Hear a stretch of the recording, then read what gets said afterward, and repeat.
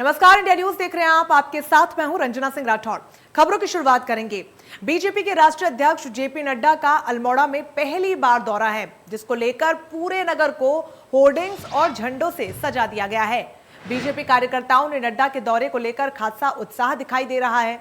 Bharatiya Janata party के कार्यकर्ताओं की कोर कमेटी की बैठक के साथ ही वो कार्यकर्ताओं को 22 में जीत का मंत्र देंगे।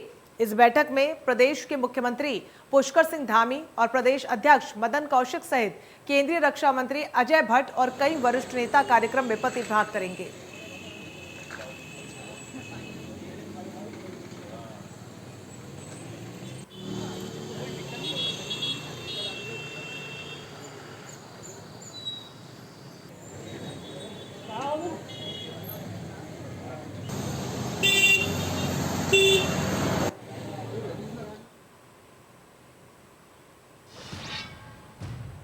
बड़ी खबर देहरादून से सामने आ रही है। यहां पर जेपी नड्डा का उत्तराखंड का दौरा है। बीजेपी की कोर ग्रुप की जो बैठक होगी, यहां पर पहुंचकर इसमें वो शामिल होंगे।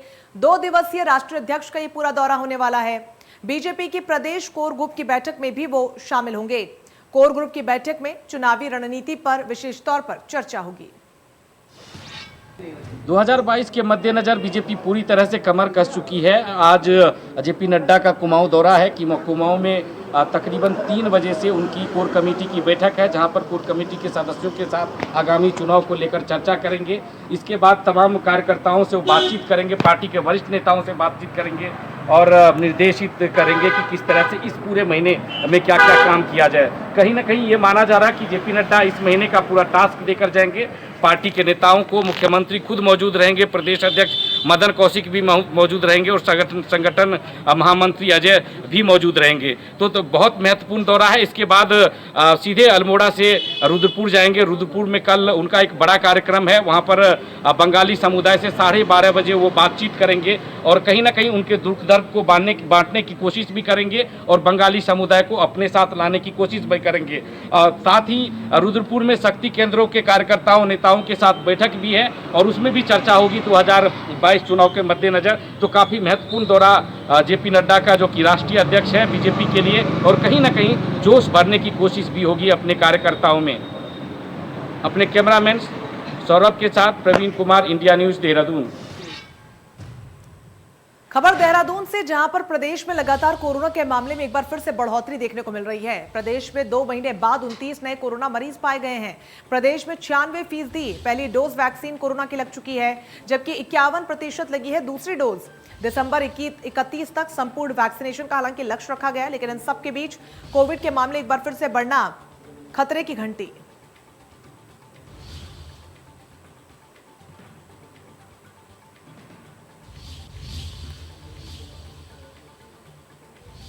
तो बड़ी खबर देहरादून से आपको बता रहे हैं, जहां पर प्रदेश में कोरोना के मामले बढ़ने के साथ ही चिंता भी अब बढ़ने लगी है। प्रदेश में 2 महीने बाद 29 नए कोरोना पॉजिटिव पाए गए हैं। आपको बता दें कि प्रदेश में 96% कोरोना की पहली डोज लोगों को लग चुकी है, तो वहीं 51% दूसरी डोज लगी है और 31 दिसंबर तक पूर्णतः इस पूरे टास्क को कंप्लीट करने का लक्ष्य रखा गया है।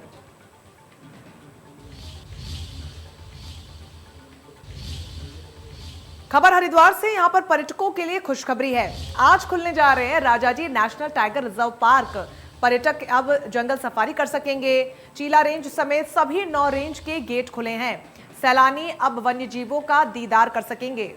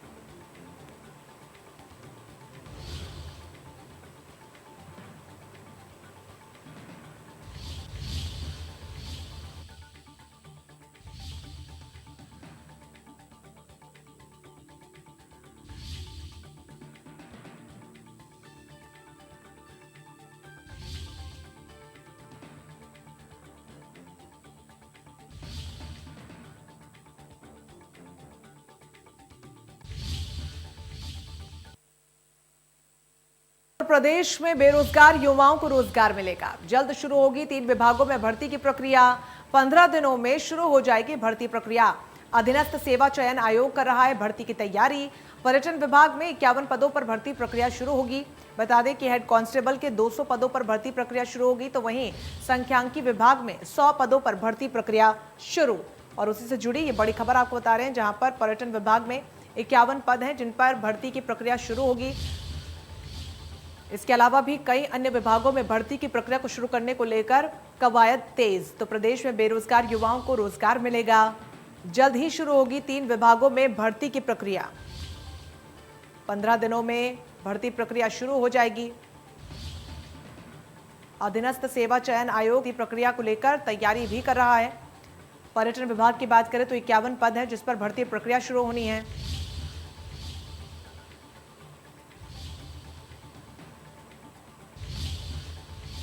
विकास भवन परिसर लदाड़ी में आयोजित रामलीला में प्रदेश कांग्रेस उपाध्यक्ष पूर्व विधायक विजयपाल सजवाण बतौर मुख्य अतिथि सम्मिलित हुए।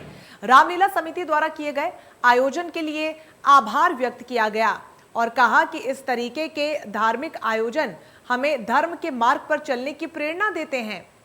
आज के वैश्विक दौर में हमें प्रभु श्री राम के आदर्शों को अपनाने की आवश्यकता है। समाज में जो कुरीति फैल रही है उन्हें दूर करना ही प्रभु श्री राम के प्रति सच्ची आस्था है। साथ ही इगास पर्व की प्रदेशवासियों को बधाई दी गई।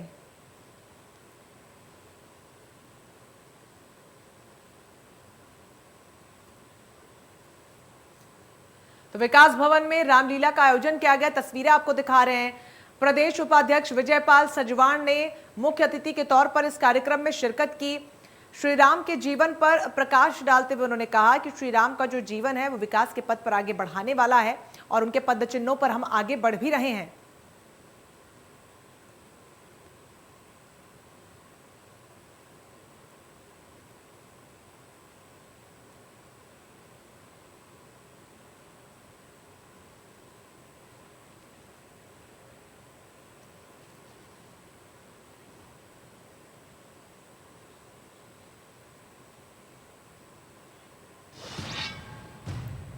कैबिनेट मंत्री हरक सिंह रावत ने गहड़ गांव के ग्रामीण नगर निगम में शामिल नहीं होना वो चाहते हैं, जिसको लेकर ग्रामीण लगातार मुखर हैं और प्रदर्शन कर रोष भी जता रहे हैं।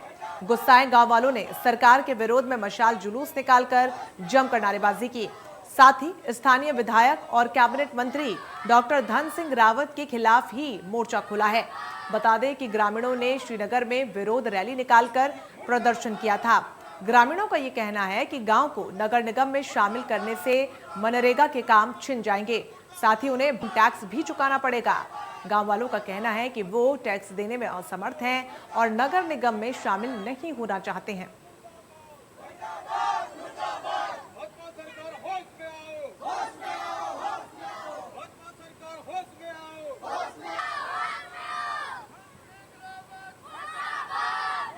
गहड़ के निवासी नगर निगम का विरोध करते हैं, क्योंकि इसके पीछे कई सारे कारण हैं। क्यों करते हैं भाई? गांव वाले जब विरोध कर रहे हैं तो कुछ रीजन होगा, उसके पीछे कुछ तथ्य होगा, तभी जो है विरोध कर रहे हैं।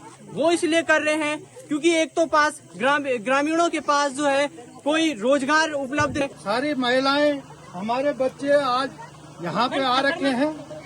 ये हम नगर निगम का विरोध करते हैं और सरकार को ये कहते हैं कि यदि आपने हमारे ग्राम पंचायत गहड़ को नगर निगम में सम्मिलित किया तो आने वाले भविष्य में, आने वाले चुनाव में आपको इसका खामियाजा भुगतना पड़ेगा।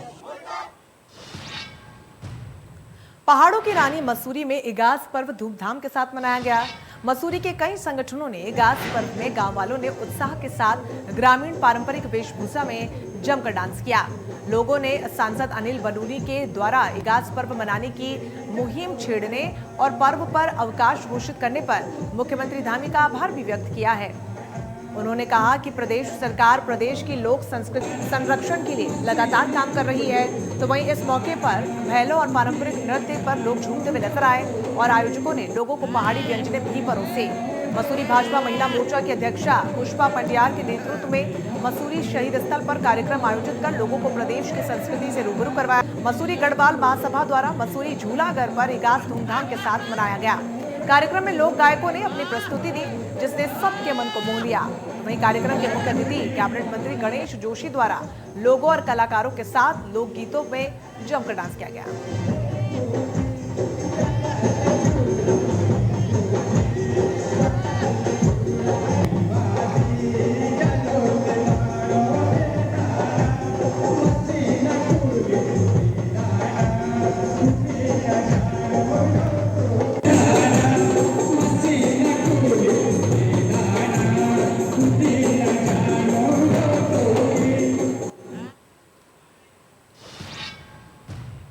खबर हल्द्वानी से, यहां पर 2 दिवसीय जोहार महोत्सव का संपन्न हुआ।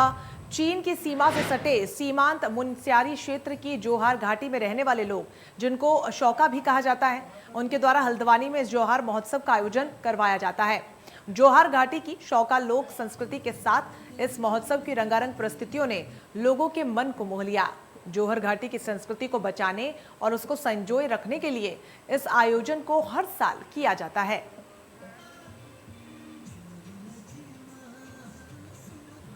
ये हमारा जोहारी पारंपरिक वेशभूषा है।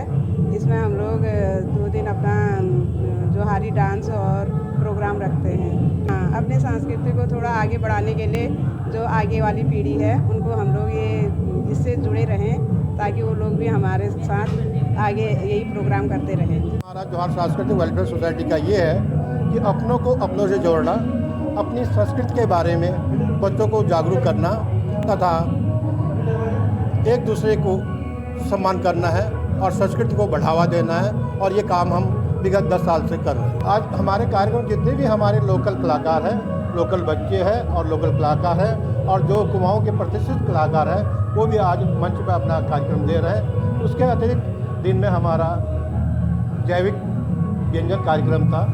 उसके अतिरिक्त बच्चों की पेंटिंग, ड्राइंग, क्विज, अपनी भाषा बोली में हमने भाषण प्रतियोगिता किया।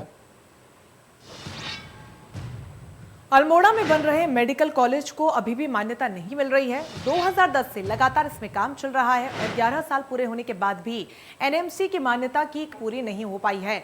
सरकार जबकि हर चुनाव में अल्मोड़ा के लिए प्रमुख मुद्दा बना रहता है, आज तक ये मेडिकल कॉलेज वादों में ही रहा है।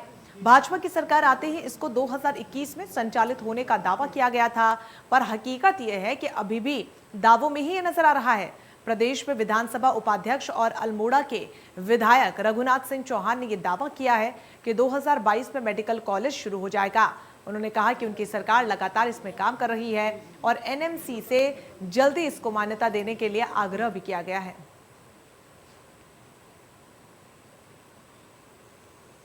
देखिए, हमको पूरी उम्मीद है, हम इसी साल से संचालित करने की हमको पूरी उम्मीद है।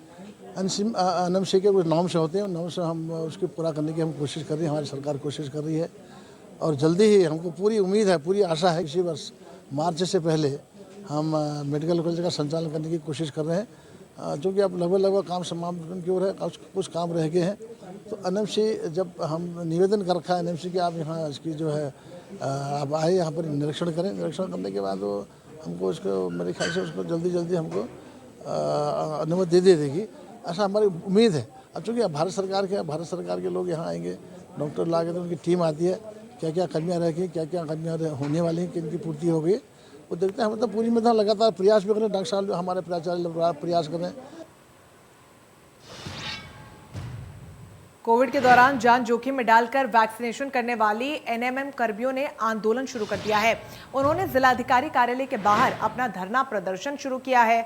उनका ये कहना है कि स्वास्थ्य विभाग द्वारा आउटसोर्स कंपनी के माध्यम से नए एएनएम की भर्ती जारी रखी जाए, जबकि जो पूर्व में तैनात है उन्हें हटाया जा रहा है। कोविड काल में दिन रात सुदूरवर्ती गांव में कार्य करने के 7 महीने बीत जाने के बाद भी वेतन तक नहीं दिया गया और अब बिना विज्ञप्ति प्रकाशित किए आउटसोर्स कंपनी के माध्यम से नए एएनएम की भर्ती की जा रही है, जिनका इंटरव्यू आगामी 16 नवंबर को होना है। सुनवाई न होने पर हाईकोर्ट का दरवाजा तक खटखटाने की बात कही है। उन्होंने कहा कि अब स्वास्थ्य विभाग की मनमानी किसी भी कीमत पर नहीं चलने दी जाएगी।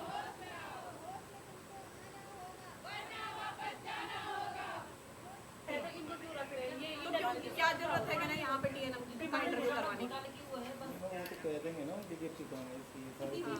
अब इन लोगों ने क्या कर दिया, हम लोगों ने जब इन लोगों को पूरा वैक्सीनेशन हम लोगों ने कंप्लीट कर दिया अपना। वैक्सीनेशन कंप्लीट होने के बाद ये लोग टीएनएम की कोई प्राइवेट कंपनी है उसको यहाँ पे ला के उसके इंटरव्यू करवा रहे हैं और हम लोगों को घर का रास्ता दिखा रहे हैं। सर क्योंकि इन्होंने हमारे जो सेंटर हैं वो फुल हो रखे हैं और उन पे इन्होंने पोस्ट निकाल रखी है, इसीलिए हम यहाँ पे धरने पे बैठे हैं कि हमें इसी में तुम विदाउट इंटरव्यू के मर्ज करो। पहले तो इन्होंने यहाँ पोस्ट निकालने की जरूरत ही कहते जब यहाँ सेंटर फुल हो रखे हैं, इसीलिए हम यहाँ पे धरने पे बैठे हैं। वैक्सीनेशन के लिए जहाँ जहाँ रुद्रप्रयाग डिस्ट्रिक्ट में 27 पद खाली हैं तो उन पदों पे हमें वो ज्वाइनिंग दी थी कोविड वैक्सीनेशन के लिए। और वैक्सीनेशन होने के बाद ये लोग आउटसोर्स कंपनी से ये जब वैकेंसी फुल है तो ये आउटसोर्स कंपनी से ये दोबारा से वो कर रहे हैं, सिलेक्शन कर रहे हैं। तो ये तो सर अन्याय है सर हमारे साथ।